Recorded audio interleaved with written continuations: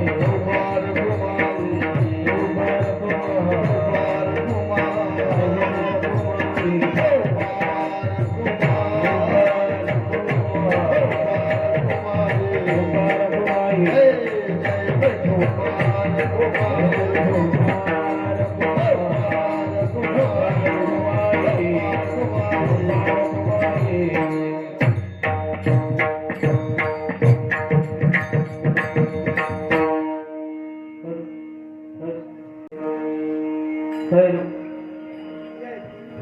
हरे हरे हरे हरे हरे हरे हरे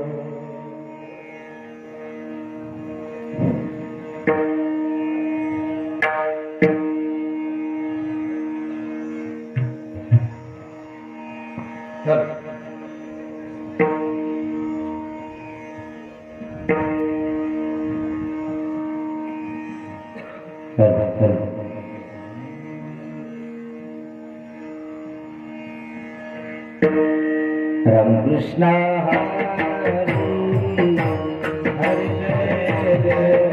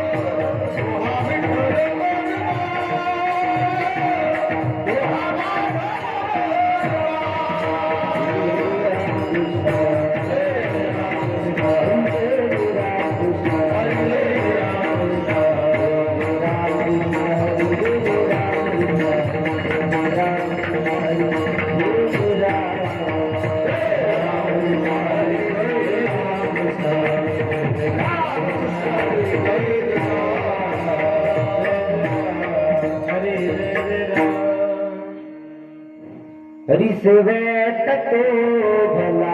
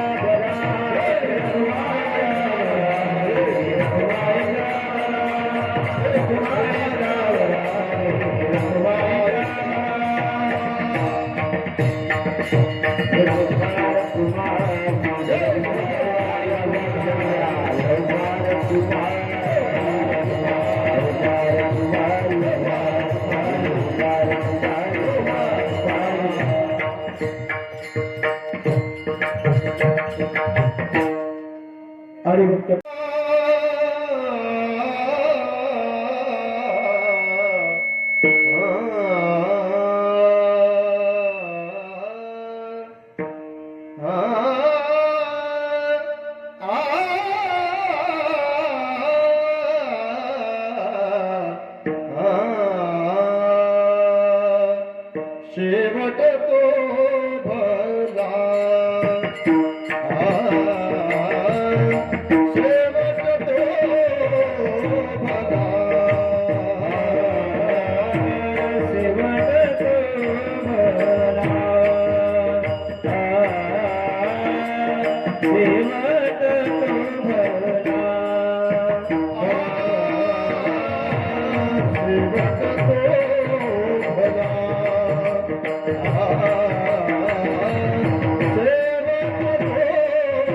भला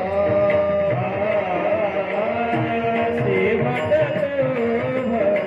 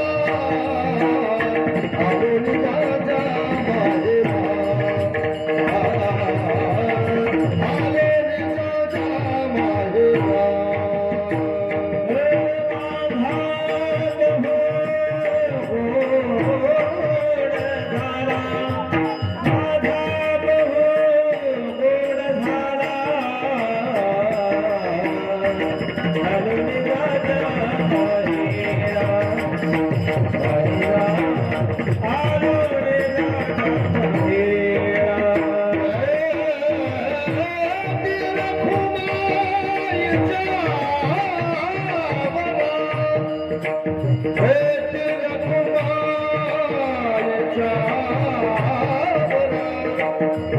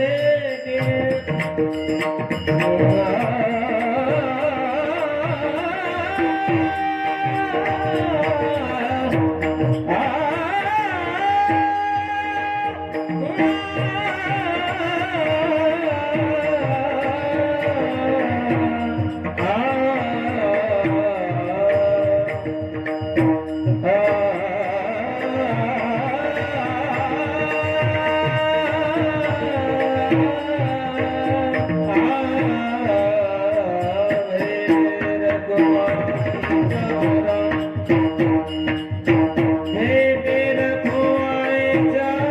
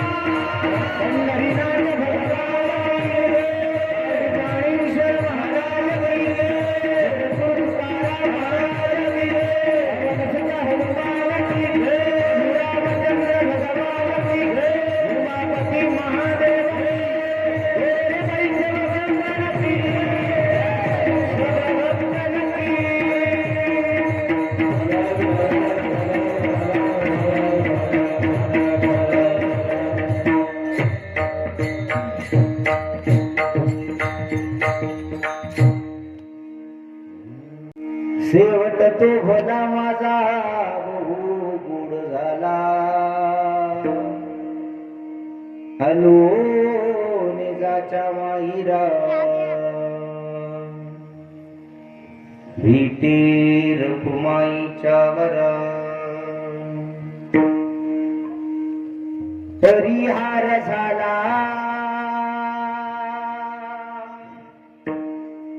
परिहार झाला वघ्या दुःखाचा मागिला हलो निजाच्या माहिरा भेटे रखुमाईच्या वरा तुका मनी बानी तुका मनी बानी गेली आता घेऊदनी हलो निजाच्या माहिरा भेटी रखुमाईच्या वरा विठ्ठल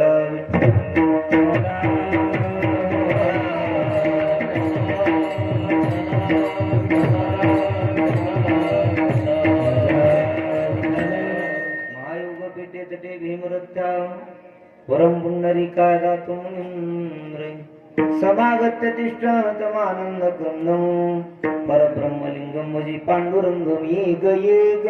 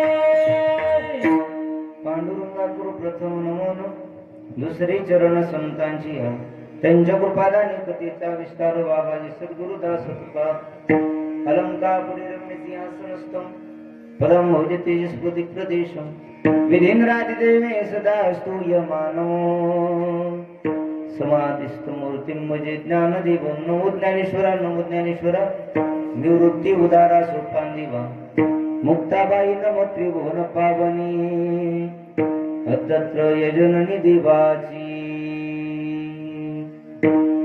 आई हनुमंत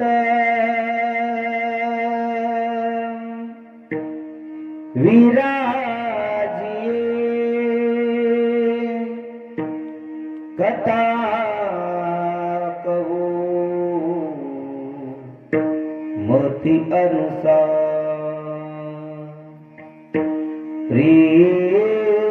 सहिता गदीधरो पधारी पवन कुमार पधारी पवन कुमार शरण शरण जिहनु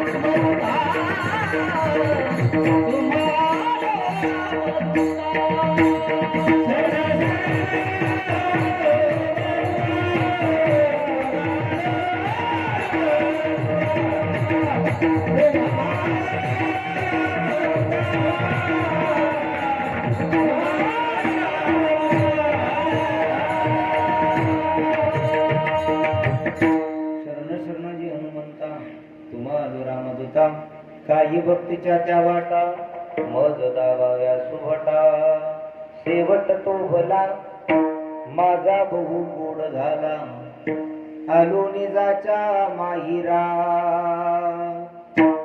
भेटी रुक्माईच्या वरा मुक्त बेगळीच्या गौरती भगवान श्री ज्ञानोबर आहे. अखिल परमार्थ तुझ्यामध्ये व्याप्त असले भगवान श्री तुकोबर आहे. आणि सर्व संत मंडळीच्या चरणावरती नतमस्तक होऊन तुम्हा सर्व श्रोतेजन मायबापांना विनम्र अभिवादन करून कीर्तन नोटीस शिवीला प्रारंभ. विठ्ठल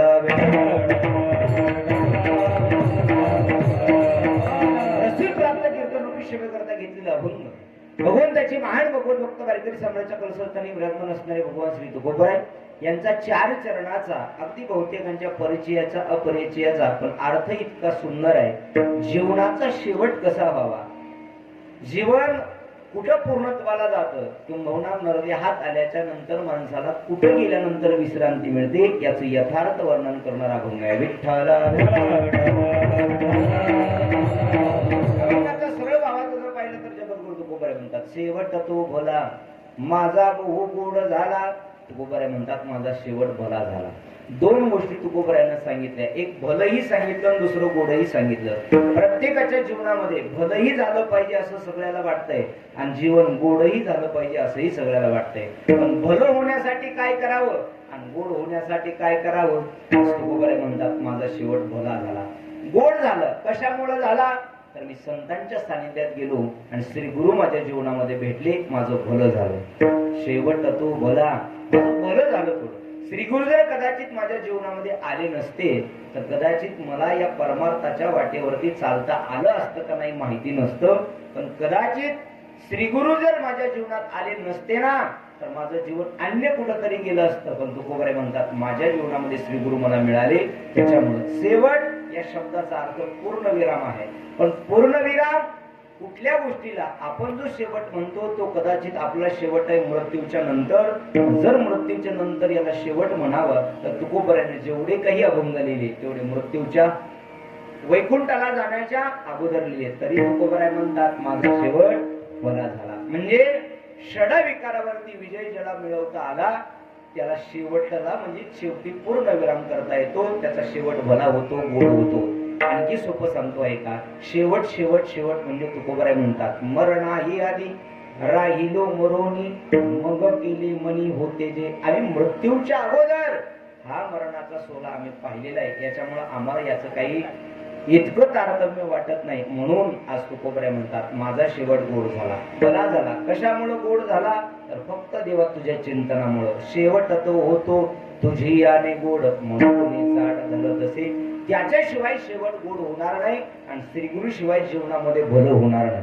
गोड करायचंय तर देवाचं नाव घ्यावं लागत आणि भलं व्हावं असं वाटत असेल तर मार्ग धावणी गेली आधी दयानिधी संतते तेनेची पंगती चालू जाता न पडे गुंता कुठे काही. तुकोबराय म्हणतात आणखी तुम्हाला विश्रांती हवी असेल, पूर्णविराम तुमच्या जीवनामध्ये मिळवायचा असेल किंवा सुख समाधान मिळवायचं असेल तुकोबराय म्हणतात आलो निजाच्या माहिरा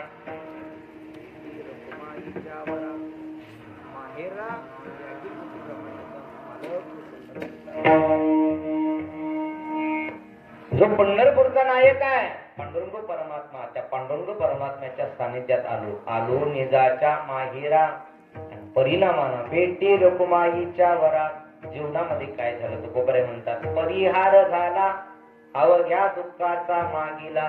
जेवढं काही दुःख होतं संसारातलं तेवढं दिवस तुझ्या जवळ आलो. तुका म्हणे घालू तयावरी भार वाहू हा संसार दिवा पायी. संसारातलं सुख दुःख आम्हाला राहिलं नाही. का पाप पुण्याला कारणीभूत असणारी वाणी, सुख दुःखाला कारणीभूत असणारी वाणी देवा मी तुला देऊन टाकली. तुका म्हणे वाणी गेली आता घेऊ धनी.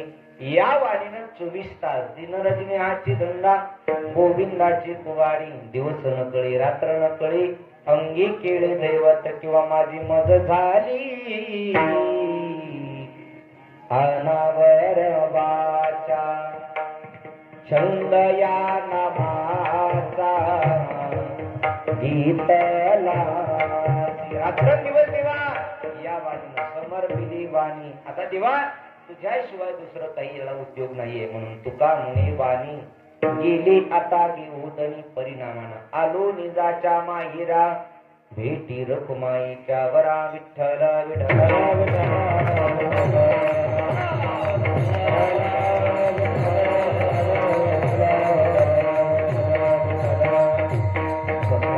सरळ भावार्थ तुमच्या पुढे मांडला.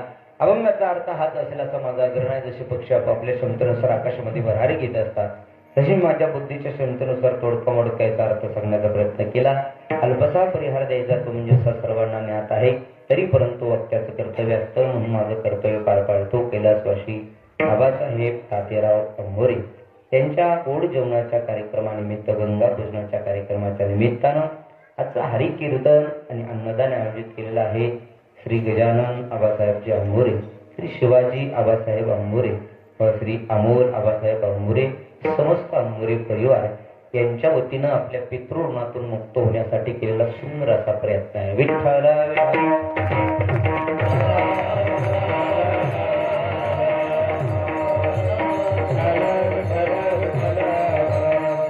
तीन ऋण प्रत्येकावर असतात बघा. एक नंबरला देव ऋण आहे, 2 नंबरला संत ऋण आहे, 3 नंबरला पितृऋण आहे. देवाचं ऋण आहे तुमच्या आमच्यावर, संत महात्म्याचं ऋण आहे तुमच्या आमच्यावर आणि पितरांचं सुद्धा ऋण आहे तुमच्या आमच्यावर. देवाच्या ऋणातून उत्तीर्ण होण्याकरता देवाचं भजन आहे, देवाची वारी आहे, देवाचं चिंतन आहे. संत महात्म्याच्या ऋणातून उत्तीर्ण होण्याकरता संत महात्म्याचे सोहळे असतील, संत महात्म्यांचं नामचिंतन असेल ते जीवात्म्यानं केलं पाहिजे. आणि त्यानंतर 3 नंबरला पितृऋण तुमच्या आमच्या प्रत्येकावर आहे. पितृऋण या ऋणातून मुक्त होण्यासाठी प्रत्येक माणसानं आहे तोपर्यंत ही सेवा करणं याचं आद्य कर्तव्य आणि गेल्यानंतर सुद्धा त्यांची सेवा करणं याचं आद्य कर्तव्य. का एखाद्या वेळेस देवाची सेवा करणारे एखाद्या कुटुंबात पोरग नाही जन्माला आलं तर काही बिघडत नाही. देवाची सेवा करणारे भरपूर आहे जगात. एखाद्या वेळेस संत महात्म्याची सेवा करणारा पोरग आपल्या कुळात जन्माला नाही आलं तर काही बिघडत नाही. संतांची सेवा करणारे, संतांचं नाव घेणारे भरपूर आहे जगामध्ये. पण प्रत्येक कुळामध्ये पितरांची सेवा करणारा पुत्र जन्मालाच यावा तरच त्या पितरांना मुक्ती आहे, तरच त्या पितरांना मोक्ष आहे. नाही तर अन्यथा वर गेलेले पितर सुद्धा जे काही जीवात्मा खाली त्याच्या कुळात परिवारात राहतात ना त्यांना शाप देतात.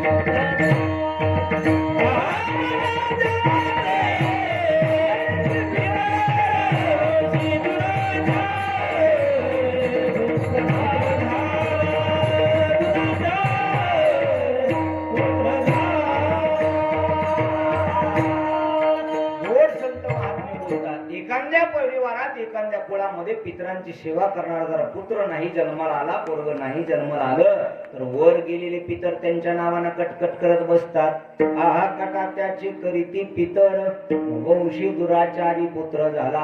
आमच्या वंशामध्ये दुराचारी पोरग जन्माला आलं. पुन्हा एकदा सांगतोय का, एखाद्या वेळेस देवाची सेवा करणारा आपल्या कुळात परिवारात पोरग नाही जन्माला आलं तर काही बिघडत नाही. देवाची सेवा करणारे देव स्वतः भरपूर काही निर्माण करतो. खूप जण आहे देवाची सेवा करणारे. एखाद्या परिवारात संत महात्म्याची सेवा करणारा पोरगा नाही जन्माला आला तर काही बिघडत नाही. भरपूरही या जगात संतांचा उत्सव करणारे, संत महात्म्याला आपला जीव देणारे, संतांचे आयुष्यभर सेवा करणारे मंडळी या जगात भरपूर आहे. पण प्रत्येक कुळामध्ये पितरांची सेवा करणारा पुत्र जन्मालाच यावा, वर गेलेले पितर त्यांच्या नावानं शाप देतात. करत बसतात. व्यवहारातला शब्द आहे का?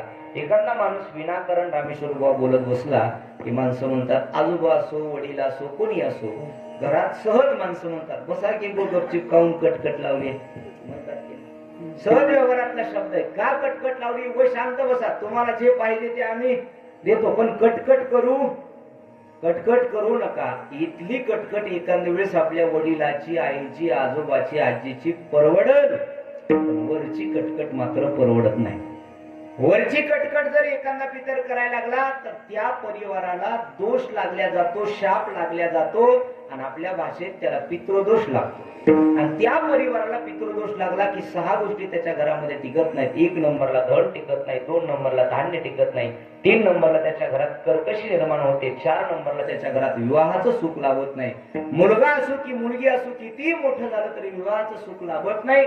यदा कदाचित कुठल्या तरी देवाच्या संतांच्या आशीर्वादानं लाभलं तर 5 नंबरला संततीचं सुख मिळत नाही त्याच्या पोटी, आणि मिळालीच संतती झालीच कोणाच्या तरी आशीर्वादानं तर पांडुबुवा पुढं ती जगल का नाही, पुढं ती चांगली निघल का नाही हे सांगता येत नाही. या 6 गोष्टीचा शाप वर गेलेले प्रत्येकाचे पितर देत असतात, त्या परिवाराला देत असतात. म्हणून लक्षात ठेवायच्या कीर्तनामध्ये एखाद्या वेळेस देवाची सेवा आपल्याकडून नाही घडली हरकत नाही, संतांची सेवा नाही घडली हरकत नाही, आपल्या परिवारात आपल्या पितरांची सेवा मात्र करावी. आहे तोपर्यंत ही करावी, आणि गेल्यानंतर सुद्धा जे महाराज करावी. 2 स्थिती माणसाच्या जीवनामध्ये अशा येतात वर्षात, 2 स्थिती आहे. गेल्यानंतर सुद्धा पितरांच्या नावानं आपल्याला पुण्य कमवता येतं, अन्नदान देता येतं, आणि त्यांच्या रूपानं अन्नदान केलेलं, नामदान केलेलं, दान दक्षिणा दिलेलं हे सगळं खात्यात त्यांच्याही पडतं आणि आपल्याही पुण्य खात्यात पडतं. एकतर त्यांनाही समाधान आहे, त्यांनाही सुख आहे, आणि आपल्याला सुद्धा सुख आहे. काही माणसं गंगा पूजन सुद्धा करत नाही. खूप लोक पाहिले तुकाराम भाऊ, गोड जेवण करत नाही, गंगा पूजन करत नाही. पाठीमागं मला एक जणांनी फोन केला, रामेश्वर बुवा परळीत बसलो होतो, आणि महाराज आमच्या वडील असे गेले, कीर्तन ठेवायचंय. म्हणलं किती दिवस झाले? म्हणजे 2-4 महिन्यांनी उठून गेले, पण गोड जेवण काय आणखी केलं नाही. ते गुतच द्यायचे म्हणलं तुमच्याकडे, सदाच्या पाहिजे ते गुत द्यायचे म्हणलं तुमच्याकडे. मी म्हणलं पण ते गंगेवर तर तुला जावं लागेल ना.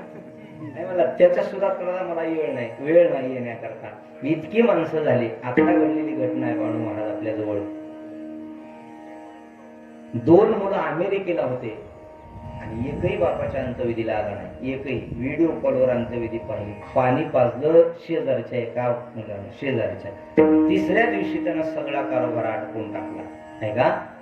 या जगामध्ये असे कित्येक तरी लोक आहेत, त्यांना असं वाटते आपली आई गेली, आपले वडील गेले की आपण त्यांच्या ऋणातून मुक्त झालो, आपण पुन्हा त्यांची सेवा करत बसायचं नाही.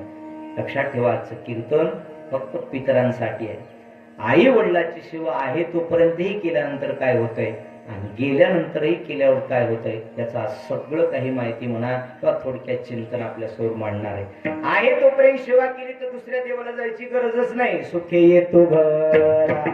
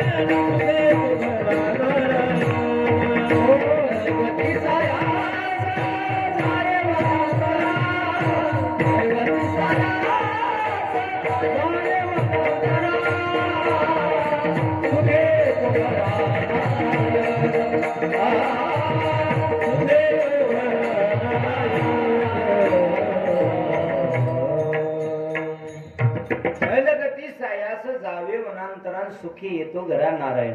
माय बापाच्या सेवेमध्ये इतकी ताकद आहे की जगाचा, ब्रह्मांडाचा, विश्वाचा चालक मालक, त्याचं स्वतःचं घर, त्याचं स्वतःचं राज्य, त्याचा स्वतःचा परिवार, हे सगळं काही सोडून येतो म्हणण्यापेक्षा आला.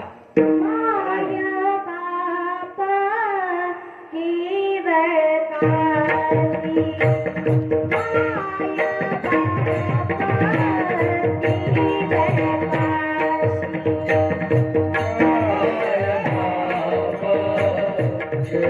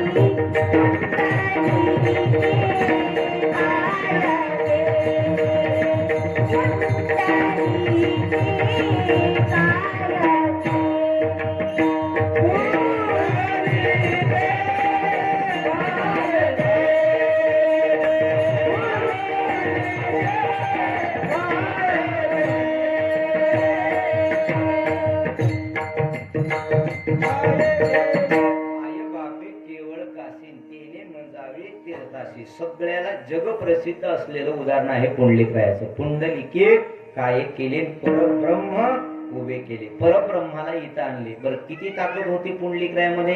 असं वर्णन आहे पुंडलिकरायाच्या चरित्रामध्ये ऐकलेले गुरुवरांच्या मुखातून की त्या काळात पुंडलिकराया इतका पापी दुसरा पुण्य होता. काय केलं पुंडलिकरायानं? माय बापाच्या गळ्याला दोरी बांधली होती, बायकोला खांद्यावर घेतलं होतं आणि तीर्थयात्रा, इतकं तर माहिती आपल्याला, तीर्थयात्रा करत होता. एका तीर्थयात्रेला जात असताना जर पुंडलिकरायानं मायबापाला पुण्य मिळावं याच्या करता जर तीर्थयात्रेला तुकाराम भाऊ जात असते तर मायबाप म्हणले असते बायकोला खांद्यावर घे नाही तर डोक्यावर घे, आम्ही पायाला चलतो ना. दोरी बांधायची काय गरज आहे का?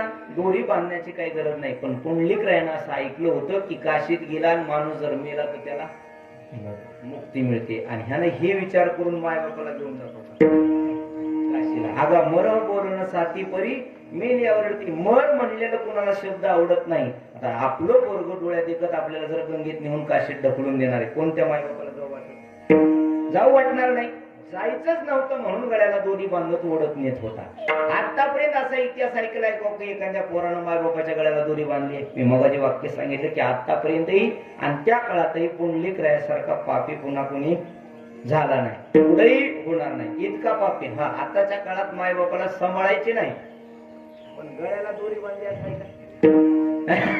वाटण्या करून टाकतील दोघ जण, एकाकडे आई वाटून देतील एकाकडे बाप वाटून देतील, पण माय बापाच्या गळ्याला दोरी बांधली असं एका तरी कुठंतरी वाचण्यात उदाहरण आहे. पण पुंडलिकरायानं ते केलं होतं आणि कुकुट स्वामीच्या आश्रमापर्यंत पोहोचला. 2च दिवसाची. कधी माणसाचं मन परिवर्तन होईल, कधी कोण कोणाच्या जीवनात येऊन हिताचा उपदेश देईल. सहज बोलणे हित उपदेश. कुठलं जीवन कधी कोणाचं बदलून जाईल सांगता येत नाही बघा. कोण दिवस येईल कैसा, कुठला दिवस सोन्याचा येईल, कुठला दिवस अभाग्याचा येईल माणसाच्या जीवनात सांगता येत नाही. कुकुट स्वामीच्या आश्रमात पोहोचले आणि रात्रीच्या वेळी आराम करावा आणि सकाळी पुन्हा रस्त्याने निघून जावं म्हणून पुंडलिकराय आपल्या आई वडिलांच्या समावेत तिथं थांबले. पुंडलिकरायाला मात्र झोप लागली पण मायबापाला झोप लागत नव्हती. 2च दिवसाचं काशी अंतर राहिलं होतं. झोप लागणार कशी? इथं गेलं की माझं पोरग आम्हाला सोडणार नाही म्हणून मायबाप चिंता करत होते. आणि रात्रीच्या वेळी गंगा यमुना सरस्वती नावाच्या 3 नद्या काळ्या कुट्ट अंगावरती वस्त्र धारण करून, मळालेले वस्त्र धारण करून स्वामीचा आश्रम झाडण्याकरता आले. स्वामीचा आश्रम झाडला आणि आश्रम झाडला, स्वामीचं दर्शन घेतलं आणि परत जात असताना देवांगाने सारखं सुंदर रूप त्यांना मिळालं. हे पुंडलिकरायानं पाहिलं आणि पुंडलिकरायानं विचारलं, येताना तर तुम्ही मळालेल्या कपड्यावर होतात, काळे कपडे अंगावर होते, जाताना देवांगाण्यासारखं सुंदर स्वरूप तुमचं दिसतंय, कोण आहात आपण? त्यांनी हात जोडले आणि सांगितलं आम्ही गंगा यमुना सरस्वती. गंगा यमुना सरस्वती जगाची सगळी पाप धुणाऱ्या तुम्ही 3 नद्या आहेत. वाचे म्हणता गंगा गंगा सगळं दोष. गंगेत स्नान केल्यानंतर पुण्य मिळेल यात नवल नाही. गंगा मैयाचं निष्ठ नाव जरी घेतलं तरी माणसाला पुण्य मिळतं. आणि मग तुम्ही इथं आणि एवढ्या मळालेल्या कपड्यात हे आश्रम घालण्याकरता का? तर त्यांनी सांगितलं तुझ्यासारखी माणसं पापी आमच्यात येतात, आंघोळ करतात, त्यांचं पाप आमच्या अंगावर लागतं आणि आमच्या अंगावरचं पाप घालवण्याकरता आम्ही संतांच्या आश्रमात येतो. संतांच्या सानिध्यात येतो. संतांचा आश्रम झाला की रोज आम्हाला पुन्हा पुनीत होता येतं आणि पुन्हा आमच्या स्थानावर आम्ही परत जातो. ऐकल्याबरोबर पुंडलिकरायाचं मन परिवर्तन झालं. पुंडलिकांना सांगितलं तर गंगा यमुना सरस्वती इतकी भयंकर पाप या जगाचे धुतात हे एवढे पाप आणतात आणि या संतांच्या आश्रमात आल्याबरोबर आश्रम झाडल्याबरोबर त्यांचे पाप निघून जातात. तर सहज आपण आलोय, कोण म्हणताय? पुंडलिकराय म्हणतायत सहज आलोय आणि आपण मी भरपूर केलेत काय पाप भरपूर केले. आलोय तसं महाराजाचं दर्शन घेऊन जायला काय हरकत? गेले तर गेले आपले पाप निघून, म्हणून दर्शन घेण्याकरता कुकुट स्वामीच्या पहाटच्या वेळी पुंडलिकराय आले. स्वामीचं तिकडं तोंड होतं, हातात दोरी होती, समोर झुला होता ना, असे दोरीनं हलवत होते. स्वामीला पाठीमागून आवाज दिला, ओ महाराज दर्शन घ्यायचंय तुमचं, दर्शन देताल का? कुकुट स्वामीला वाटलं आतापर्यंत कितीतरी माणसं आली, कितीतरी मंडळी आली, ज्याला दर्शन घ्यायचं होतं त्यांनी पाहूनच दर्शन घेतलं, निघून गेलं. आतापर्यंत असं कोणी म्हटलं नाही का देवाच्या मंदिरात जाऊन माणसाला म्हणावं देवा तुझं दर्शन घ्यायचंय, संताला म्हणत नाही दर्शन घ्यायचंय. महाराज स्वामी म्हणले माझी सेवा चालू, थोडा वेळ लागत. अर्धा तास वाट पाहिली, स्वामीचा आपला झुला हलवाय सुरू होता. अर्धा तास वाट पाहिल्यानंतर पुन्हा पुंडलिकराय म्हणले महाराज अर्धा तास झालं तुमच्या दारात थांबलो, एकच मिनिटं लागल दर्शनाकरता, तेवढं दर्शन द्या, मला काशी यात्रेला पुढे निघून जायचं. काशी यात्रेला पुढे निघून जायचे म्हटल्याबरोबर पुन्हा स्वामीने सांगितलं थोडा वेळ लागत. पुंडलिकरायाला वाटलं मोठे साधू आहे, कुठल्या तरी देवाची सेवा करत असतील, थांबावं. एक तास झालं. एखाद्या माणसाची वाट बघत बघत माणूस किती वेळ बघतो? आताच्या काळात 10-15 मिनिटं, पण उभं 1 घंटा. एखादा महाराज लवकर नाही आला, किती वेळ रामेश्वर? अर्धा तास, 1 तास खूप झालं. 1 घंटा झालं काय पुंडलिकरायांना महाराजांचं दर्शन मिळालं नाही. पुंडलिकरायाला राग आला, हो महाराज यायचं नसेल दर्शन तर सोडा, जातो माझे मी पुढं. 1 तास झालं तुमच्या दारात थांबलोय, तरी म्हणता माझी सेवा चालू आहे, माझी सेवा चालू आहे. पुन्हा कुकुट स्वामी म्हणले आणखी थोडा वेळ लागेल, आणखी थोडा वेळ लागेल. म्हणल्यावर पुंडलिकरायाला रागच आला. पुंडलिकराय म्हणतात महाराज अहो अशी कोणत्या देवाची सेवा करायला लागलात? 1 तास झालं, दुसरं तर काही नाही, एकच हात हलवताय, हातात दोरी आहे आणि असं हलवताय फक्त आणि सांगताय माझी सेवा चालू आहे, माझी सेवा चालू आहे, माझी सेवा चालू आहे. त्यावेळेस कुकुट स्वामीने दिलेलं उत्तर ऐकलं आणि पुंडलिकरायचं मन परिवर्तन झालं. कुकुट स्वामीने सांगितलं कोणत्या देवाची सेवा करत नाही, हे समोर दिसायला झुलाय ना, यामध्ये माझे जन्मदेते माता पिता आहे आणि या जन्मदेत्या माता पित्याला मी दोरीनं झुला हलवून झोका देतोय.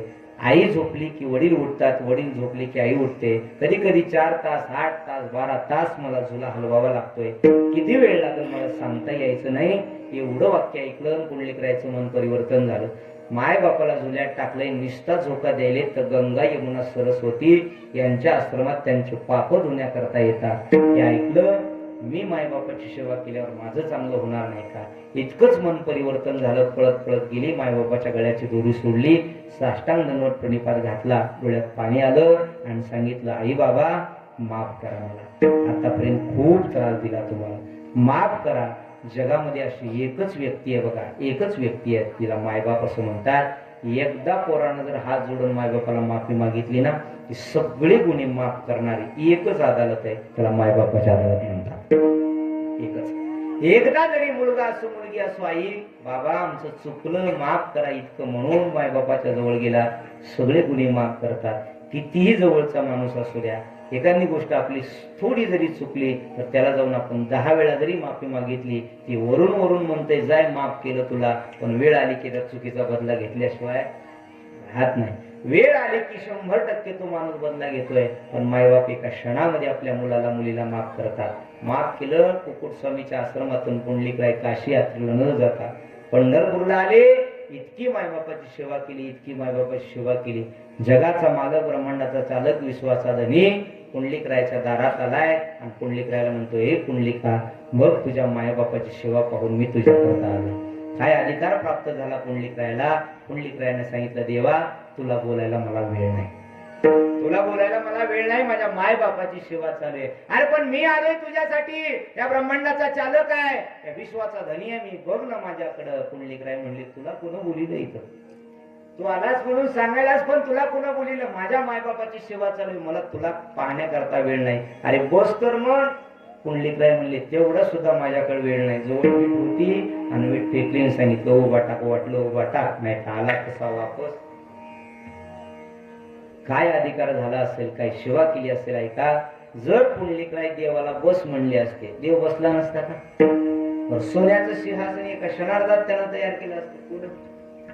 देवानं ऐसा तू समर्थ ब्रह्मांडाचा धनी काय नो हे केले एका चिंतिता क्षणार्धात तो काही करू शकतो. सोन्याची नगरी जर तो क्षणार्धात बनवू शकतो तर सोन्याची खुर्ची बनवायला किती वेळ लागेल. सहजरित्या पुंडलिकरायाने सांगितलं असतं देवा तू बस आराम कर माझी सेवा झाली की मी तुला येऊन भेटतो असं जर म्हणले असते तर देव बसला असता. पण पुंडलिकरायाने उभा टाकायला सांगितलं. उभा साधू संत महात्मे म्हणले अरे पुंडलिका उभं केलंस तू अरे पुण्या मातलासी आणि उभे केले विठ्ठलासी. विठ्ठलाला उभं केलं 28 युग झालं. युगी 28 विटेवरी उभा बसण्याचा सुद्धा अधिकार नाही. योगे झाले 28 योगे झाले 28 उभा पुंडलिका पाठीस उभा पुंडलिका पाठीस विठू कैवल्याचा बाबा विठू कैवल्याचा विठू कैवल्याचा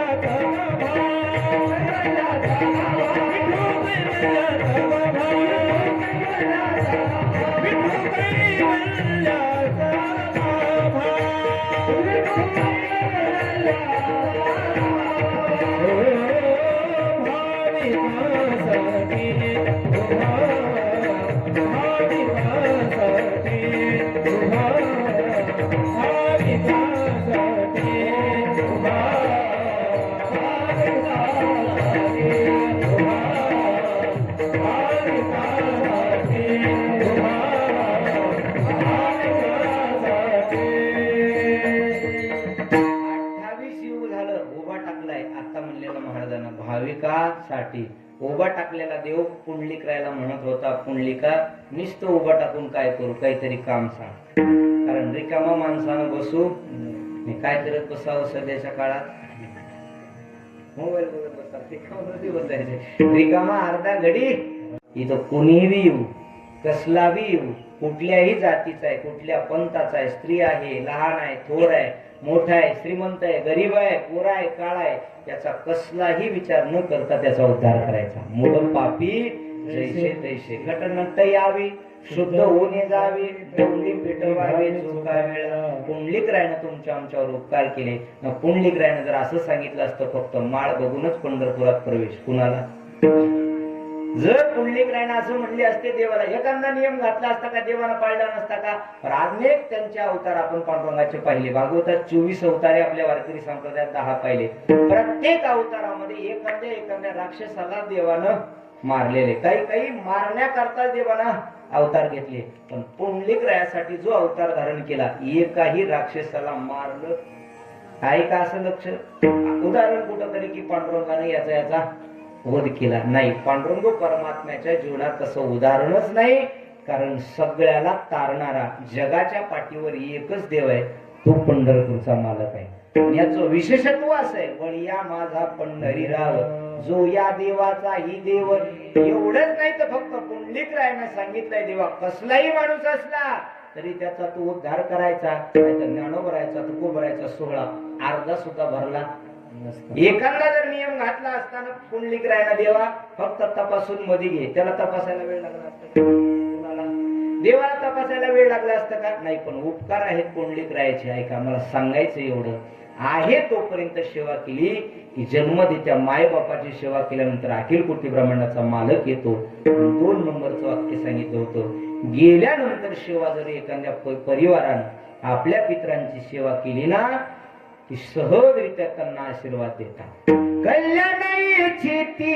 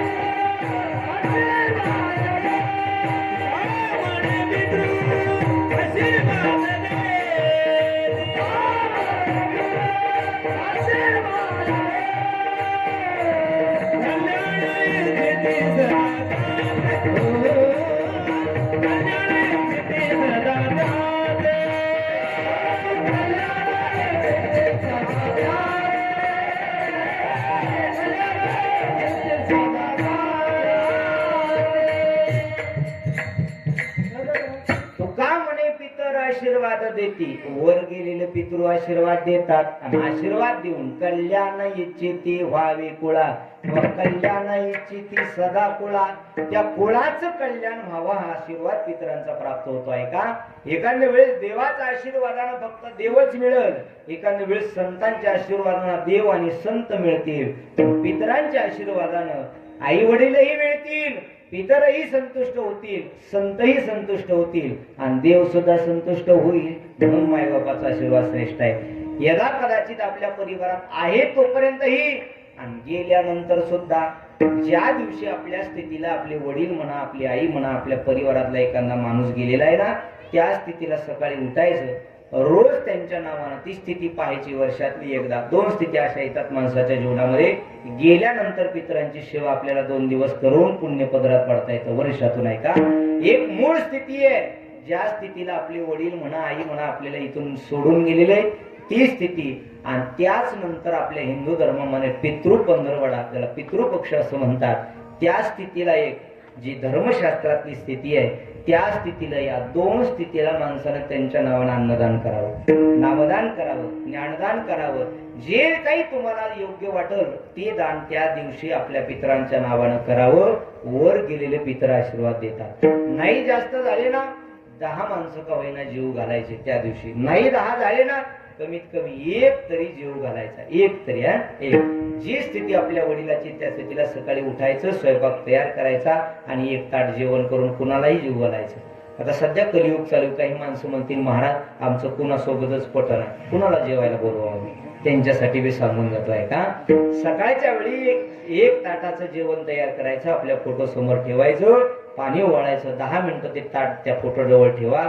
तेच ताट उठला आणि एखाद्या गाईच्या मुखात घाला, वरून पितर आशीर्वाद देतील. तुका म्हणे पितृ आशीर्वाद देती आणि कल्याण इच्छिती व्हावे कुळा. कुळाचं कल्याण हवं असा पितरांचा आशीर्वाद मिळत असतो. आणि गोड जेवणाचा विधी असेल, वर्ष श्राद्धाचा विधी असेल, आपल्या हिंदू धर्मात अत्यंत महत्वाचा सांगितलाय. आज 18 दिवस 17 दिवस झाले, 17 दिवस झाले दादांना जाऊन आहे का. 13व्याच्या दिवशी गंगा पूजन झालं, 13व्याचा विधी झाला, 10वा विधी झाला, 13व्याचा विधी झाला की गोड जेवण 21 दिवसाच्या आत केलं पाहिजे. 21 दिवसाच्या आत गोड जेवण केलं तर परिणाम काय होतो. गरुड शास्त्रात असं वर्णन आहे बघा की एखादा जीवात्मा जर आपल्यातून निघून गेला तर 24 तास त्याला वर यम लोकात घेऊन जातात यमदूत. आणि 24 तासानंतर त्याच परिवारात पुन्हा आणून सोडतात. आणि 24 तासात आणून सोडल्याच्या नंतर त्या गेलेल्या जीवात्म्याला सगळं काही कळतं. तो त्या परिवारातच राहतो 13 दिवस. प्रत्येक माणसाला बोलण्याचा प्रयत्न करतो, शरीरात प्रवेश करण्याचा प्रयत्न करतो. पण आपल्या हिंदू धर्मात असं वर्णन आहे की 24 तासाच्या अगोदरच शरीराला ठेवत, त्याचा वास येतो, नंतर दुर्गंधी येते म्हणून त्या शरीराला ठेवत नाही. 24 तासाच्या नंतर तो जीवात्मा प्रत्येकाला बोलण्याचा प्रयत्न करतो, खाण्याचा प्रयत्न करतो, पण त्याला खाता येत नाही, बोलता येत नाही. प्रत्येक माणूस जर भेटायला आला ना तर सहज म्हणतो तुकाराम भाऊ अहो असल्यासारखे घरात वाटायला लागले, भास होतोय त्यांचा आम्हाला. इथं बसले असतील, तिथं बसले असतील, 100% ते तिथंच असतात, फक्त ते आपल्याला दिसत नाही. 13 दिवस ते तिथं राहतात आणि 13व्याचा विधी झाल्यानंतर 13 पिंड दिल्याच्या नंतर तिथून पुढे त्यांचा 1 वर्ष 12 महिन्याचा कालावधी. आजपासून म्हणा की 13व्या दिवशी पासून म्हणा, गोड जेवण झालं की आजच्या दिवशी केलेलं अन्नदान, आजच्या दिवशी केलेलं नामचिंतन, आजच्या दिवशी केलेलं दान दक्षिणा हे त्यांना केल्यानंतर त्यांच्या स्वतःच्या ताकदीनं यम दरबारात जाण्याकरता त्यांना ताकद मिळते. मग अन्न असो, दान दक्षिणा असो, या सगळ्या गोष्टीची त्यांच्या मागं पुण्यही उभा टाकते. आणि 12 महिन्याचा कालावधी लागतो त्यांना यम दरबारात जाण्याकरता. 12 महिने तिथपर्यंत जाण्याकरता लागतात. मग तिथं गेल्याच्या नंतर पुन्हा वर्ष श्राद्धाचा विधी केला ना की त्या जीवात्म्याला मुक्ती मिळते, त्याच्या कर्मानुसार पुढचा जन्म त्यांना प्राप्त होत असतो. जर यदा कदाचित गोड जेवण नाही केलं, गंगा पूजन नाही केलं, 13व्याचा विधी नाही केला तर त्याच जीवात्म्याला यमदूत येतात, सापकाना बांधतात आणि वर्षभर ओढत वर घेऊन जातात. ओढत ओढत त्यांच्या नावानं पुण्य का करायचं, गेल्यानंतर त्यांच्या नावानं अन्नदान का करायचं की त्यांना स्वतःच्या ताकदीनं, स्वतःच्या पुण्यानं यम दरबारात जाता यावं. आणि यम दरबारात यमराज त्यांची वाट वर्षभर पाहत असतात. म्हणून आपल्या हिंदू धर्मात असं आहे, ज्या स्थितीला आपले वडील गेले ना, महिन्याची स्थिती पाहून 1 माणूस जीव घालायचा. त्याला 1 मासिक म्हणतात, 2 मासिक म्हणतात, 3 मासिक म्हणतात, 6 मासिक म्हणतात आणि पुन्हा येणारा वर्ष श्राद्धाचा विधी आहे. त्या विधीला प्रत्येक स्थितीला आपल्या घरात जर आपल्या वडिलाच्या नावानं आईच्या नावानं स्थितीला एखादा माणूस जर आपण जीव घातला तर सहजरित्या त्यांना वैकुंठाची प्राप्ती होते. चतुर्भुज नर होऊन ठेवी सहजरित्या त्यांना वैकुंठाची प्राप्ती होते. वैकुंठाची प्राप्ती झाल्याच्या नंतर असं वर्णन आहे ऐका, आहे तोपर्यंतही त्यांची सेवा तर करावीच, पण गेल्यानंतर सुद्धा केवळ गोड जेवण करून थांबायचं नाही. वर्ष श्राद्ध होईपर्यंत 1 मासिक प्रत्येक आपल्या घरामध्ये महिन्याला 1 तरी माणूस त्यांच्या नावाने जीव घालायचा. आणि दादाचं तर विशेषत्व आहे, तुकाराम भाऊने सांगितलं 13 तारखेला एकादशीच्या दिवशी भोजन केलं. काय जीवात्मा पुण्यवान कशाला म्हणतात ऐका, अभंग निवडण्याचं एवढंच कारण होतं की तुकाराम भाऊनं सांगितलं एकादशीच्या दिवशी हनुमान जयंतीच्या दिवशी भजन केलं, रात्रभर भजन करून एखादा जीवात्मा इहलोकाची यात्रा संपवतो. मृत्यू तर सर्वांनाच येणार आहे. मरण कोणाला चुकलं नाही, येत नाही उरो आले अवतार. आणि रती पामर जीव किती आया हे सो जाईगा राजा रंकुप की कोई सिंहासन छोड़ चला कोई बनाज जी मनवा कोई बनाज जी. कोणी असू द्या उपजल्या पिंडा मरण सांगा ते. मरण काही माणसं म्हणतात येताना आम्ही काही घेऊन आलो नाही, जाताना काही घेऊन जाणार नाही. मी सांगतोय येताना सुद्धा आपण एक गोष्ट घेऊन आलोय ऐका, ज्या स्थितीला, ज्या सेकंदाला, ज्या काळाला, ज्या नक्षत्राला तुमचा आमचा जन्म झाला त्या स्थितीला, त्याच नक्षत्रावर, त्याच काळाला, त्याच वेळेला आपल्या मृत्यूचा सुद्धा जन्म झालेला आहे. त्याच दिवशी लिहून ठेवलेला आहे. त्याचं आयुष्य कुठपर्यंत जाणं तर प्रत्येकाच्या जीवनामध्ये आहे, पण सहज हसता बोलता त्याला निघून जाता आलं. परमार्थाची ताकद असते बघा, देवाच्या भजनाची ताकद अशी आहे. आणि वारकरी संप्रदाय आपला श्रेष्ठ संप्रदाय कशामुळे ठरला महाराज, जन्माचे सोहळे इथं कमी मानल्या गेले आणि मृत्यूचे सोहळे जास्त मानल्या गेले, त्याला वारकरी संप्रदाय म्हणतात. तो झाला सोहळा, तो झाला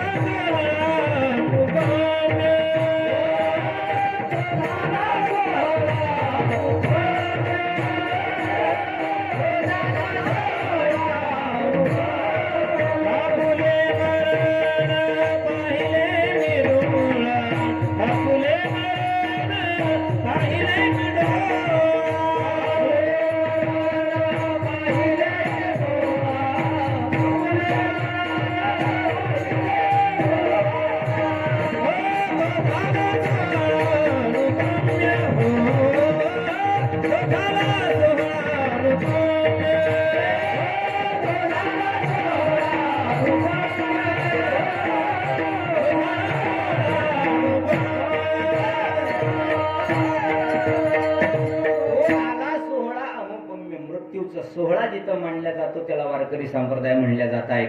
जन्माच्या स्थिती आपल्या संत महात्म्याच्या कमी लक्षात आहे लोकांच्या. ज्ञानोबराचा जन्म कधी झाला माहिती नाही, पण ज्ञानोबराचा समाधी सोहळा कधी आहे सगळ्याला माहिती आहे. मृत्यूचा सोहळा.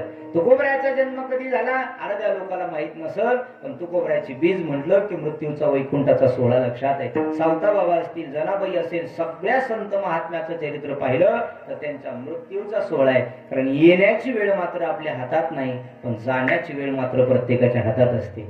आणि गेल्यानंतर सुद्धा उत्तमाचे उरे कीर्ती मागे कसं जायचं हेही माणसाच्या हातात आहे. यायचं कसं, कोणत्या दिवशी, कुठल्या घरात, कुठल्या परिवारात, कुणाच्याही हातात नाही, पण जायचं मात्र प्रत्येकाच्या हातात आहे. कुठल्या दिवशी असेल, कुठलं कार्य करून जायचंय. आणि गेल्यानंतर सुद्धा प्रत्येक माणसाच्या अंतःकरणात जिवंत कसं राहायचंय हे मात्र माणसाच्या हातात आहे.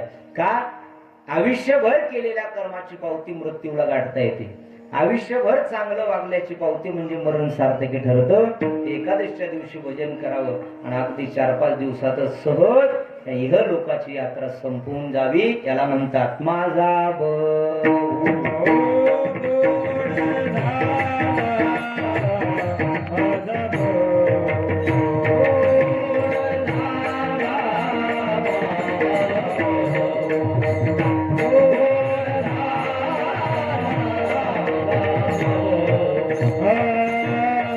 सेवट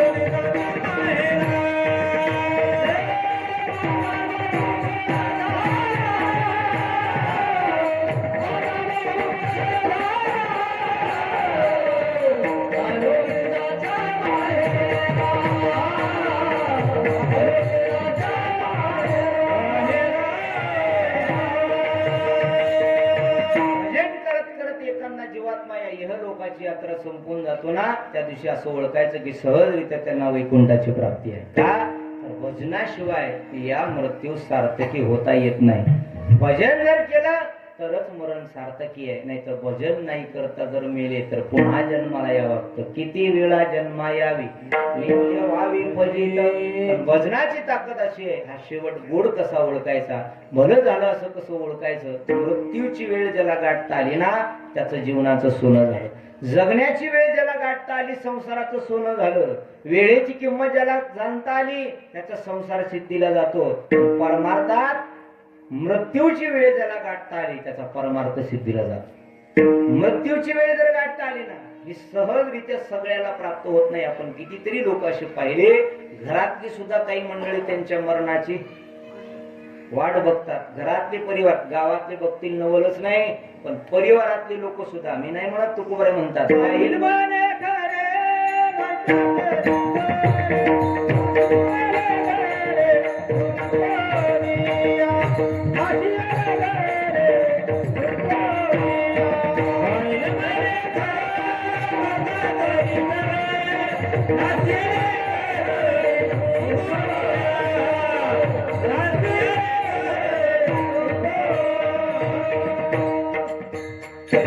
मंडळी जर त्याच्या वाट बघतात. काही काही माणसाची बघतात ना अख्खं गाव एखाद्याची गाव आणि ते मरत नाही लवकर. जो आवडे सर्वांना तूची आवडे देवाला. अख्ख्या गावाची वाट, गावाला वाटतंय हे बरोबर आहे का नाही. गावाला प्रत्येक माणसाचं उदाहरण आहे. जिथे जातात तिथं घरातली मंडळी जर वाट बघत असतील आणि माणसाने जगावं कुठपर्यंत मारुती महाराज जोपर्यंत आपल्यालाही बरं वाटतंय आणि देवालाही बरं वाटतंय त्या दिवशी लोकांना असं वाटेल की हा माणूस नकोय त्या दिवशी माणसानं राहूच नाही. एवढं याच्यापेक्षा पुढचं वाक्य सांगतो. लोकायला नको वाटेपर्यंत तर माणसानं राहूच नाही. नको वाटेपर्यंत, नको वाटेपर्यंत आयुष्य कुणाचंही असू द्या ते अजिबात नाही. आणि कोणतंही काम दराडे महाराज, कुठलंही काम पांडुरंग अजय बुवा, कुठलंही काम कुठपर्यंत आहे जोपर्यंत लोकांना आनंद आहे तोपर्यंतच आहे. नको वाटायला लागलं की त्याच्या अगोदर ज्याला पूर्ण विराम देता आला त्याचं जीवन चांगलं होतं. मग ती कलेचं क्षेत्र असू द्या, शैक्षणिक असू द्या, कोणतंही क्षेत्र असू द्या त्याच्यात आनंद आहे खरा. ऐका, जाणं तर प्रत्येकाच्या जीवनात ठरलेलं आहे. आलंय म्हटलं की जाणं आहेच. कुणीही असलं तरी, कुठूनही आला तरी, जिंतूरून आले तरी जाणं, परळीहून आले तरी जाणं. तुम्ही घरी येऊन आलात म्हणजे आळंदीहून आलात तरी जाणं म्हणजे ठरलेलंच आहे ना. आपुल्या माहिरा जाईन मी आता या संता हाती आला किंवा बाई बाई जाते ग माहिरा, बाई बाई जाते ग माहिराला. माझ्या मुलाच्या घराला, माझ्या मुलाच्या घराला बाई बाई जाते ग माहेराला,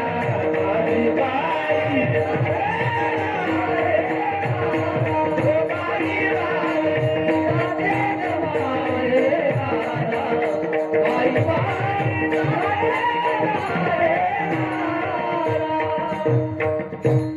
काळ आला की त्याला जावंच लागणार आहे. कुठूनही आलेला असू द्या त्याला जाणं ठरलेलंच आहे. फक्त माणसाचं जाणं सार्थकी कधी होतं, भजन करून ज्याला जाता आलं ना त्याच्या जीवनाचं सार्थक झालं. तुका मुनी जन्मात आल्याची सार्थक विठ्ठलची कधी खरी या.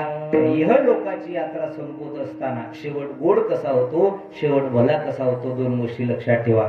भलं भलं म्हणजे व्यवहारातला शब्द आहे तुमचा आमचा. भलं म्हणजे चांगलं झालं पाहिजे, भलं म्हणजे चांगलं झालं पाहिजे. गोड म्हणजे सुद्धा याचा अर्थ चांगलाच आहे. या दोन्ही शब्दाचा अर्थ एकच म्हणला तरी हरकत नाही. आपलं जीवन चांगलं झालं पाहिजे, मग त्याला भलं म्हणा की गोड म्हणा. मरण आपलं चांगलं झालं पाहिजे. मरण चांगलं करायचं असेल तर या जगामध्ये पैसा म्हणा, सत्ता म्हणा, बाकीच्या कुठल्याच गोष्टी उपयोगाच्या नाहीत. मरण चांगलं असं व्हावं असं वाटत असेल ना तर फक्त एकच गोष्ट आहे त्याच्याकरता, ते फक्त देवाचं. काही थोडा बहुत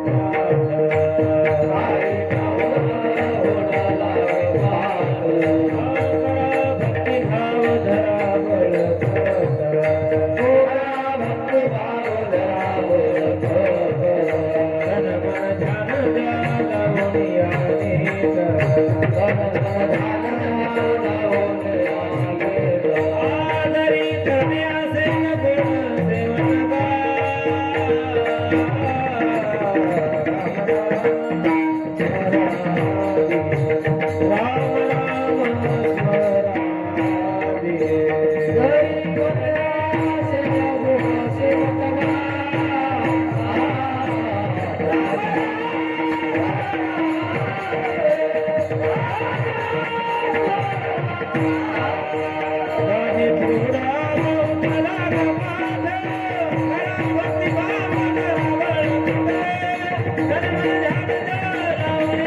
लावणी आणि गजरी करणे असे थोडसे मटगा. आणि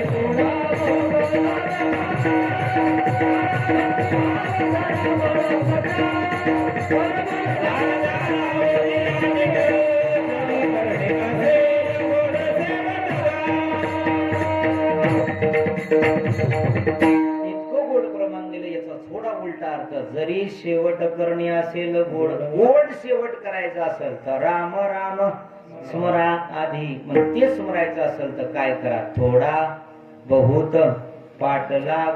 थोडा करा, कुणाचा पाठलाग? गावाचा नाही, देवाच्या जवळ जा. तन मन आणि धन, हे तन मन धन ज्याला देवाला समर्पित करता आलं त्याचा शेवट गोड होतो. आणि या तनाशिवाय, धनाशिवाय आणि मनाशिवाय परमार्थ असो की संसार असो हे वाया गेलेला आहे. मनोमार्गी गेला तो सिद्धीची मुखला.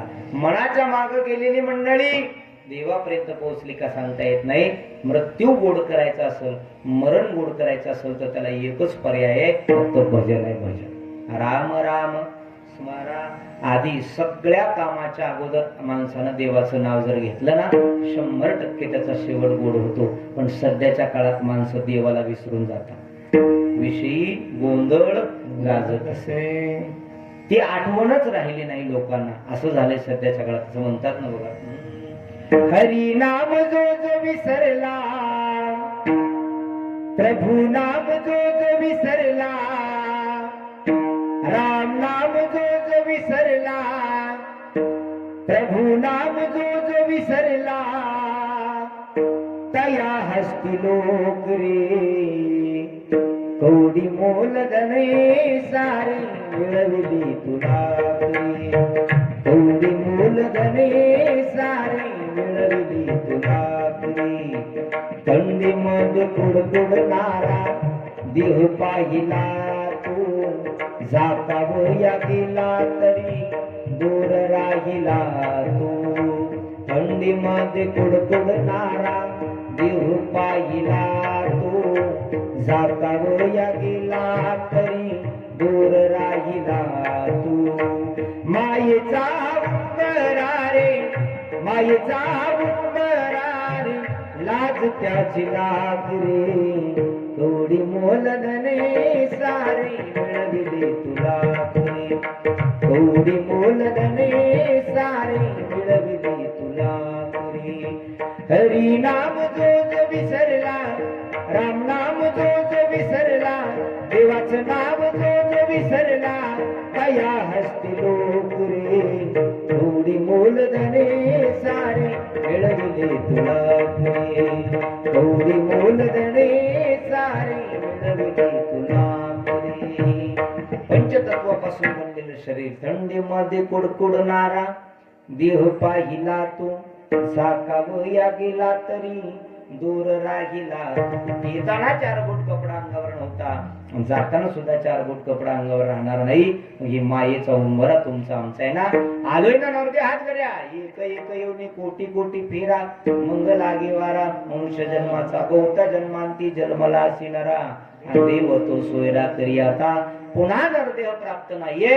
हे शेवट गोड करायचं असेल, झालं तर प्रत्येकाच्या जीवनात ठरलेलं आहे. आलंय म्हणल्यावर मृत्यू होणार आहे. ज्याचं बारसं झालं त्याचं तेरसं ठरलेलं आहे. जो पाळण्यात झोपलाय त्याला एक दिवस तिरडीवर झोपावं लागणारच आहे, याचा संशय नाही. मग हे शेवट गोड करायचं असेल फक्त देवाचं भजन आहे. असं कोपरे म्हणतात आम्ही शेवट आमचा गोड मरणाच्या अगोदर करून ठेवलाय का. हरी आला आता मग कैसी भय चिंता. आम्हाला मृत्यूची भीती नाहीये. जगा काळ खाय आणि आम्ही माता दिला पाय. आम्हाला तो काळ काही करणार नाही, कारण आम्ही देवाचं भजन घेतलेलं आहे. देवाचं भजन आम्ही 24 तास आमच्या मुखामध्ये केलेलं आहे. म्हणून तुकोबऱ्या म्हणतात शेवट तो भला माझा बहु गोड झाला. निश्चित दादांचा शेवट गोड झाला, याच्यात संशय नाही. का भजन करणारा महात्मा आहे, भजन करणारा माणूस नाही, भजन करणारा महात्मा म्हणल्या जात आहे. पवित्र तुळशीची माळ गळ्यामध्ये कोणालाही घालता येत नाही. श्रीमंतीनं सोन्याच्या चेनी गळ्यात घालता येतील, पण पुण्याईनच तुळशीची माळ गळ्यात घालता येते. पुण्याई नसेल तर तुळशीची माळ माळ गळ्यात घालता येत नाही, देवाचं भजन नसेल तर तुळशीची माळ गळ्यात घालता येत नाही. आणि सगळ्या दागिन्यात एक नंबरचा दागिना म्हणजे तो तुळशीची माळ. आणि ही असली ना आणि देवाचं नाव मुखात असलं ना तर यमदूत सुद्धा थरथर कापतात. नुसतं थरथर कापत नाही, यमराजा त्यांना आज्ञा देतो, नका जाऊ तया गावात आपधारकाच्या शिवाय.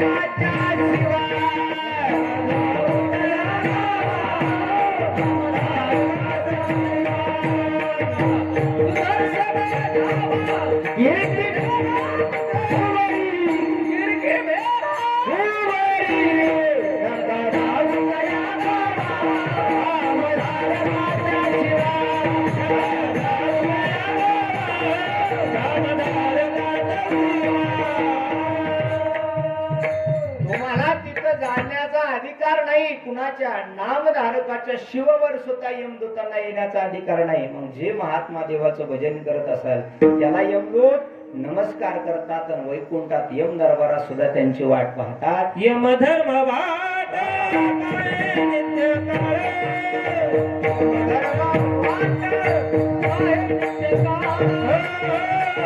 म्हणे धन्य वेळ भेटती ते, हो म्हणे धन्य वेळ भेटती ते, हो म्हणे धन्य वेळ भेटती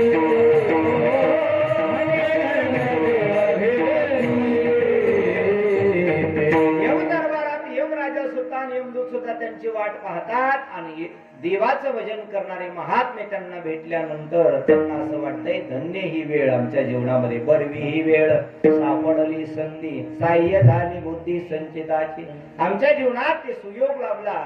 म्हणून एखादा महात्मा जर भजन करत असेल, एखादा माणूस पवित्र तुळशीची माळ घेऊन देवाचं भजन करत असेल ना, कमीत कमी माणसानं म्हातारपणात तरी या गोष्टी केल्याच पाहिजे, याच्याशिवाय गत्यंतर नाही. आणि शेवट सगळे प्रयत्न जिथं थांबल्या जातात तिथून पुढे देवाचं काम सुरू होतं. कितीही मोठा वैज्ञानिक डॉक्टर असू द्या, तो सुद्धा म्हणतो महाराज करायचे तेवढे प्रयत्न आम्ही करतो, पण इथून पुढचं देवाच्या हातात आहे.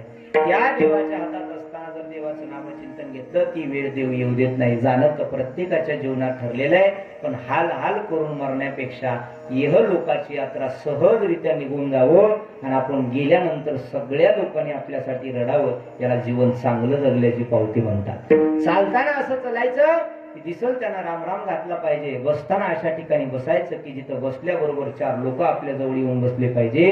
रामकिसन महाराज मरताना असं म्हणायचं की ज्याला कळव त्याच्या डोळ्यातून कळकण पाणी आलं पाहिजे, त्याचं जीवन सार्थकी झालं. त्याला म्हणतात शेवट तो भला माझा बहु गोड झाला, परिणामानं काय झालं भलं झालं.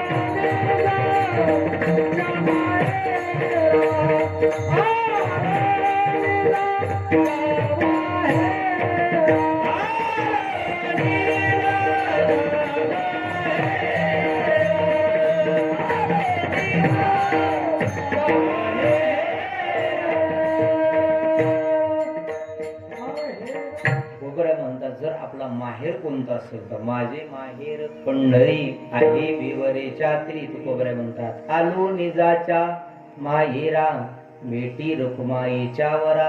सगळ्याचं माहेर आपलं तुमचं वैकुंठ आहे. एक वैकुंठ वरच आहे आणि दुसरं वैकुंठ भूवैकुंठ म्हणून ज्याला बोलल्या जातं ते पंढरपूर आहे.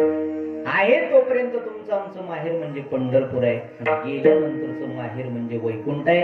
आलोय वैकुंठाहून आणि जायचंय परत वैकुंठापर्यंत. म्हणून तुकोबरे म्हणतात, आलो निजाच्या माहिरा भेटी रुक्माईच्या वरा. तिथं गेल्यानंतर परिणाम काय होतो? परिहार झाला अवघ्या दुःखाचा. मागील आमच्या जीवनामध्ये जे काही दुःख होतं ना, ते दुःख निघून गेलं. कशामुळं? तर देवा तुझ्या संगतीत आला. आणि देवाच्या संगतीत आल्यानंतर कळो नये सुख दुःख, तहान हार पली भूक. त्याच्या संगतीत गेल्याच्या नंतर मात्र सुख दुःखाचं वाहन राहत नाही. कारण तुकोबरे म्हणतात, देवा तुझ्या संगतीत आल्याच्या नंतर आम्हाला अशी अवस्था प्राप्त झाली आहे. तुका म्हणे आम्ही झालो अग्निरूप, लागो निधी पाप पुण्य अंगा. पाप पुण्य सुख दुःख याच्या वेगळे का? तर जी पाप पुण्याला सुख दुःखाला कारणीभूत असणारी वाणी आहे, ती वाणी आम्ही देवा तुला देऊन टाकली आहे, तुला समर्पित करून टाकली आहे, आणि तू ती घेऊन गेलास अभंग. तुका म्हणे वाणी, तुका म्हणे वाणी, तुका म्हणे वाणी, तुका म्हणे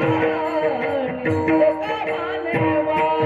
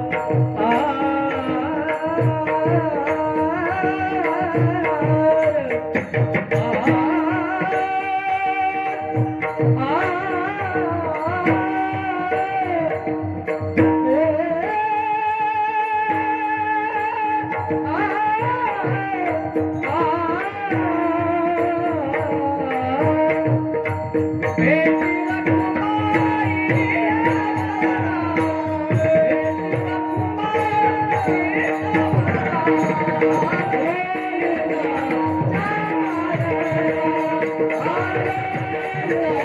गोपाळ कुमारी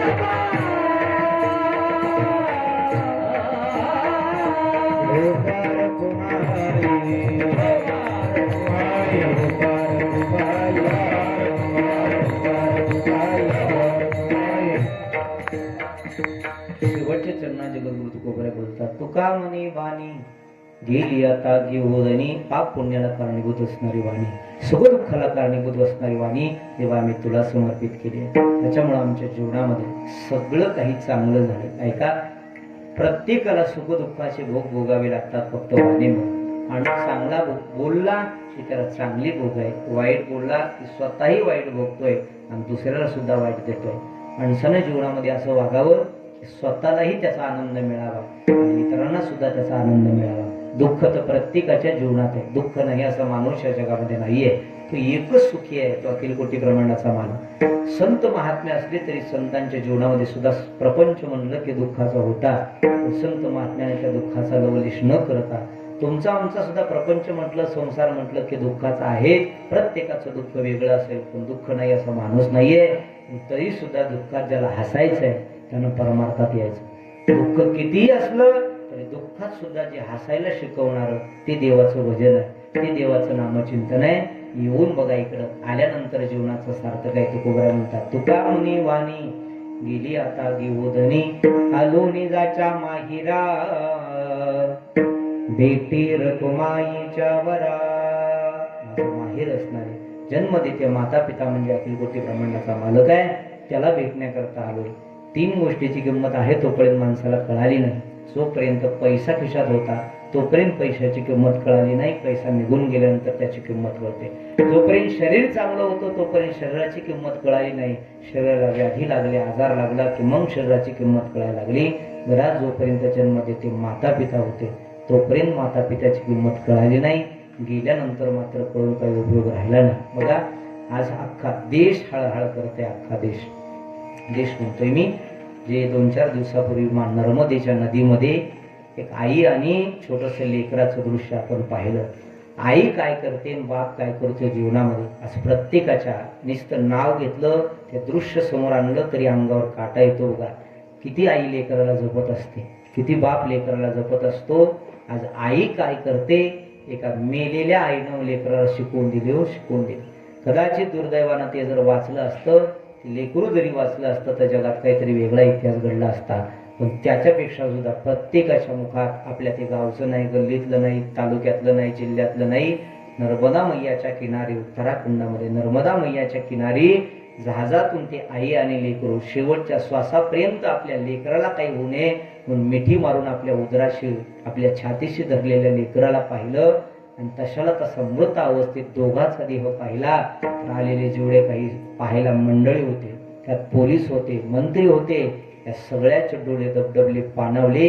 आई काय करते लेकरासाठी, बाप लेकरासाठी काय करतो. या जगात सर्व कोटीचं, उच्च कोटीचं जर उदाहरण काही असेल ना माणसाच्या जीवनातलं प्रेम, ते आई आणि बापाचे बघा. आमच्याकडे असं म्हणतात, एखाद्या वेळेस आईची जागा तरी मावशी घेऊ शकते. माय मरावं, मावशी उरावं. आईची जागा मावशी घेऊ शकेल, मावशी नसेल तर आईची जागा वेळ प्रसंगी बहीण घेऊ शकेल, बहीण नसेल तर वेळ प्रसंगी आईची जागा एखाद्याची पत्नी सुद्धा आईचं प्रेम एखाद्या मंडळीला देऊ शकल गड्या. पण जगात एक अशी जागा आहे ती पुन्हा कधीच होत नाही, तिला बाप नावाची जागा असं म्हणतात. ते बाप नावाच्या जागेवर कुणालाही पाहता येत नाही गड्या. गल्ली ते दिल्लीपर्यंत प्रत्येकाला असं वाटतं मी मोठं झालो पाहिजे, माझ्यापेक्षा गावातला, गल्लीतला, तालुक्यातला माणूस मोठा झाला नाही पाहिजे, अशी प्रत्येकाची धारणा असते. पण एक व्यक्ती हाडाचं काढं, रक्ताचं पाणी काबाड कष्ट करतो, दिवसाची रात्र करतो, रात्रीचा दिवस करतो आणि त्याची प्रांजळ इच्छा असते की माझ्यापेक्षा माझी लेकरं मोठी झाली पाहिजे. बाप असं म्हणतात, माझ्यापेक्षा माझी पोरं मोठी झाली पाहिजे, माझ्यापेक्षा माझ्या पोरी मोठ्या झाल्या पाहिजे, त्याला बाप म्हणतात. बघा, स्वतः पाठीमागं राहील आणि लेकरा बाळाला मोठं करण्याची ताकद जगाच्या पाठीवर त्याच्यानंतर कुणाच्या नाहीये गड्या. देवाच्या जरी मनात आलं ना चला या परिवारात 4 दिवस बाप म्हणून राहावं, देवाला सुद्धा जिथं मर्यादा लागल्या जातात त्याला बाप म्हणतात. बाप गड्या, बापाची सावली, बापाचं झाड, बापाची छाया कोणाच्याच रूपात माणसाला पाहता येत नाही. तुमचं आमचं सोडा, प्रभू रामचंद्राला 14 वर्षाचा वनवास मिळाला, परत आले, राज्य अभिषेक झाला, राजमुकुट डोक्यावर बसला आणि कौशल्यमा तिलक लावण्याकरता गेली. आरती ओळत होती. प्रभू रामचंद्राच्या डोळ्यात पाणी होतं. प्रभू रामचंद्र रडत असताना कौशल्यामा म्हणते का रे रामा, 14 वर्षाचं दुःख आठवून रडायला येतं का? कधी कधी पाठीमागचं दुःख आठवलं की माणसाच्या डोळ्यामध्ये पाणी येतं बघा. पाठीमागं काय होतं, आता आम्हाला एवढं मिळालंय असं दुःख पाठीमागं आठवलं की डोळ्यात पाणी येतं. प्रभू रामचंद्र म्हणतात नाही ग मा, 14 वर्षाच्या दुःखासाठी रडत नाही. मग रामा, 14 वर्षानंतर अयोध्येमध्ये दिवाळी झाली आहे. प्रत्येकाच्या घरावरती गुड्या उभा केल्यात, आनंदानं लोक नाचायला लागले, गायला लागले. एवढ्या आनंदाच्या क्षणामध्ये तुझ्या डोळ्यात पाणी आहे, का रडतो रे रामा? प्रभू रामचंद्र रडत रडत कौशल्या माला म्हणतात, मा मी राजा झालोय म्हणून अख्खी अयोध्या नगरी आनंदित असेल ग, पण मला दुःख आहे. म्हणजे अरे कशाचं दुःख आहे? मी राजा व्हावं ही माझ्या बापाची इच्छा होती. आज मी राजा झालोय आणि ते पाहण्याकरता माझा बाप नाही. माझा बाप जर असताना मा, याच्यापेक्षा लाखो पटीनं मला आनंद मिळाला असता ग. मी राजा व्हावं की माझ्या दशरथ राजाला वाटत होतं, माझ्या वडिलाला वाटत होतं माझा राम राजगादीवर बसावा, त्याचा राज्य अभिषेक व्हावा. पण माझ राज्य गादीवर बसलोय, राज मुकुट डोक्यावर बसलाय. पाहण्याकरता तुझ्या कपाळावरचं कुंकू माझा बाप राजा दशरथ जिवंत नाहीये ग मा, याच्यासाठी मला रडायला येते. सगळ्यात मोठ्या जीवनात पुरुष मंडळ आहे का? सगळ्यात मोठ्या जीवनामध्ये आपल्या आधार जर कोणाचा असतो तर आपल्या बापाचा असतो बघा. बापाचं प्रेम माणसाला कळत नाही गड्या. आहे तोपर्यंत त्यांना जपा. 1-2 वेळा 1-2 वर्षे 4 वर्ष आपण बापाची सेवा केली तर माणसं कंटाळून जातात, राग राग करतात गड्या. लहानाचं मोठं होईपर्यंत जोपर्यंत आपल्याला कळत नव्हतं ना, तोपर्यंत खूप लाड आपल्या बापानं आपले केले. किती वर्ष लाड केले असतील सांगता येत नाही. तेवढे लाड जर बापानं केले असतील आपले, त्याच्या अंगाखांद्यावर आपल्याला खेळवलंय, त्याच्या मुखातला घास काढलाय, आपल्या मुखामध्ये घातलाय बापानं आपल्या. आणि आपल्याला जर आज 4 वर्ष त्याची सेवा करायला मिळत असेल, सौभाग्याची गोष्ट समजा ना. काही मंडळीला त्याचा सुद्धा राग येतो गड्या. आहे तोपर्यंत त्यांची किंमत कळत नाही रे, गेल्यानंतर त्यांची किंमत कळते. बाप गेल्यानंतर बापाची जागा पुन्हा कोणालाही घेता येत नाही बघा, असं म्हणतात ना. बाप गेल्यावरती कळेला कुंकावाचे माला, मुलांना कळणं येईल काही होता बापाचा रोल. आई समजा रुक्मिणी माता, बापात विठ्ठल पहावा, या 2 दैवता पोटी पुन्हा पुन्हा मी जन्म घ्यावा जपात्यांना. त्यांच्या म्हातारपणी बापू माझा वेदनेचा धनी.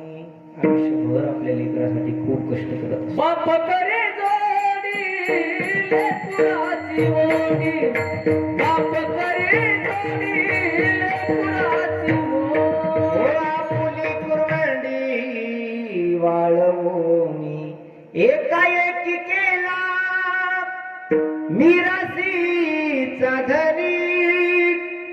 एकाएकी केला मिरासीचा धनी.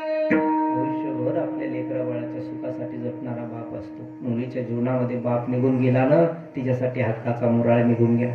एखादी गोष्ट मुलानं मागितली तर बाप वेळ प्रसंगी द्यायचा नाही, पण मुलीनं जर मागितली तर बापानं दिल्याशिवाय राहिला नाही. बापाला वाटतंय माझी लेक म्हणजे परक्याचं धन आहे, आज ना उद्या माझ्या दारातून निघून जाईल. माझ्या लेकीला मी मरेपर्यंत सुखात ठेवू. मरेपर्यंत लेक आपल्या दारात दिवाळीला यावी, शेवटपर्यंत इच्छा फक्त एकाच व्यक्तीची असते, त्याला बाप म्हणतात. बाप काय असतो तो बाप?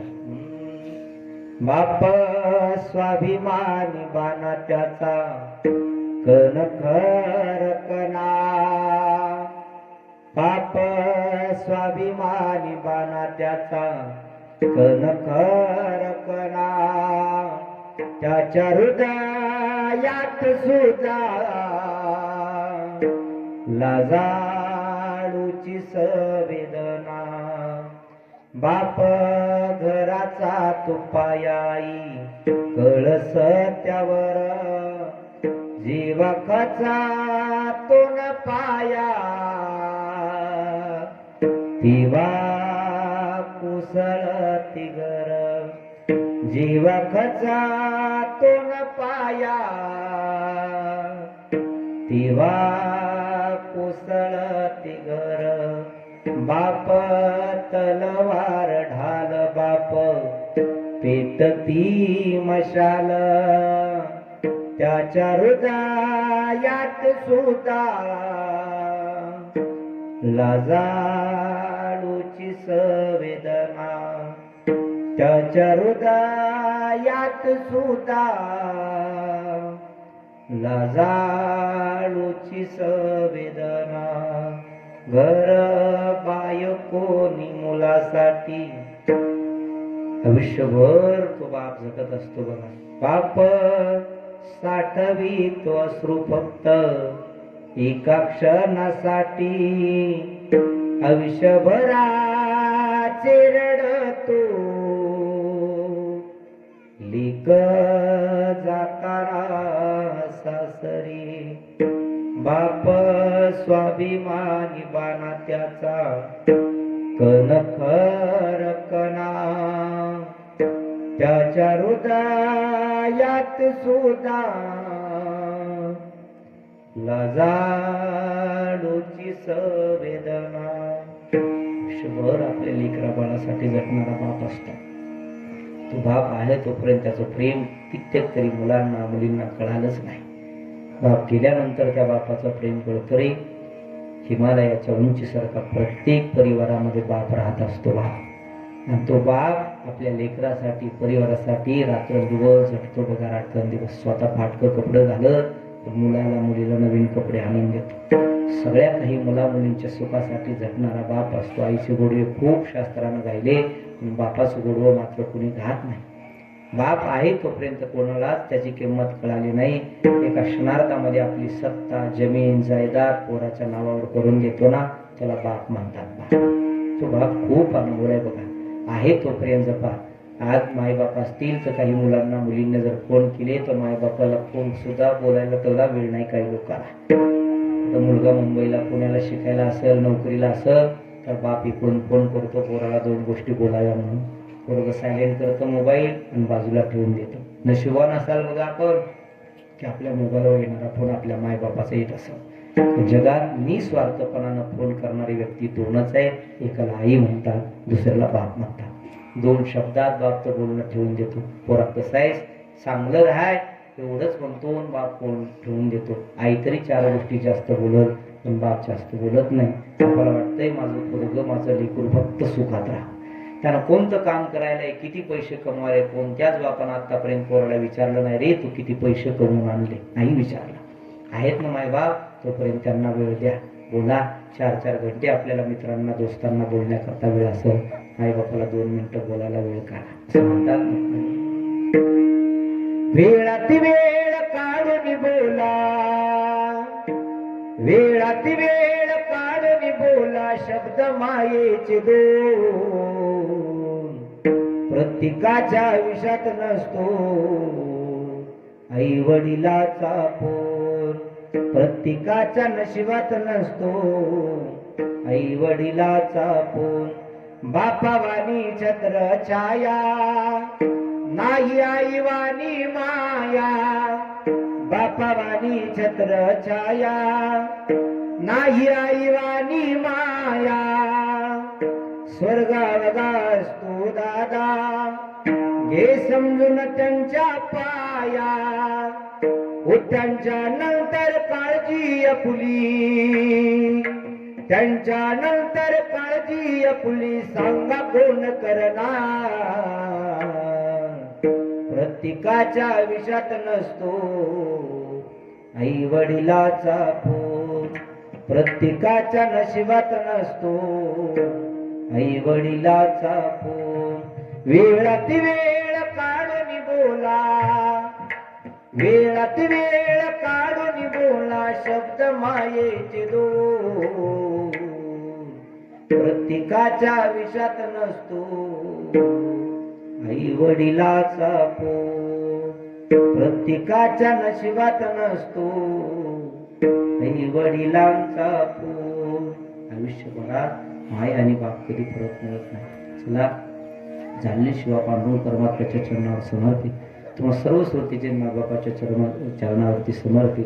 समस्त अंबुरे परिवार असेल पितृऋणातून मुक्त होण्यासाठी केलेला प्रयत्न आहे. निश्चित दादाने हनुमान जयंतीच्या दिवशी भजन केलं एकादशीच्या दिवशी भजन केलं आयुष्य त्यांचं सार्थकच झालं, यात संशय नाही. आपण जोपर्यंत जिवंत आहे ना गजूभाऊ, तोपर्यंत आपल्याला माय आणि बाप राहावीच वाटते. पण त्यांच्या जन्माचं सार्थक कधी होत आहे का? या इहलोकाची यात्रा संपत असताना कुठलाही आजार न जडता, कुठल्याही वेळेला बाजूवर न पडता, कुठलीही घाण आपल्या परिवारातल्या मंडळीला न दिसू देता या इहलोकाची यात्रा त्यांना ज्याला काही सोडता आली, इहलोकाची यात्रा जर करत करत असा माणूस निघून गेला ना, निश्चित ज्ञानोबा म्हणतात, झाकली या घटीचा दिवा काय झाला से केधवा, या रीती जो पांडवा देह ठेवी. एखादा दिवा आहे तो झाकून ठेवलाय, झाकून ठेवलेला दिवा कधी विझून जातो जसं कळत नाही ना, तसं चांगली माणसं, भजन करणारी माणसं, संत महात्म्य इहलोकाची यात्रा संपवत असताना आपल्या परिवाराला कुठलाही त्रास न देता सहज निघून जातात. असं ओळखायचं की त्यांचं आयुष्य सार्थक झालं आणि पांडुरंग परमात्मा त्यांना निश्चित त्यांच्या चरणाजवळ वैकुंठाची प्राप्ती करून देऊ, एवढी सदैव इच्छा व्यक्त करू आणि वाणीला पूर्णविराम. ज्ञानेश्वर माऊली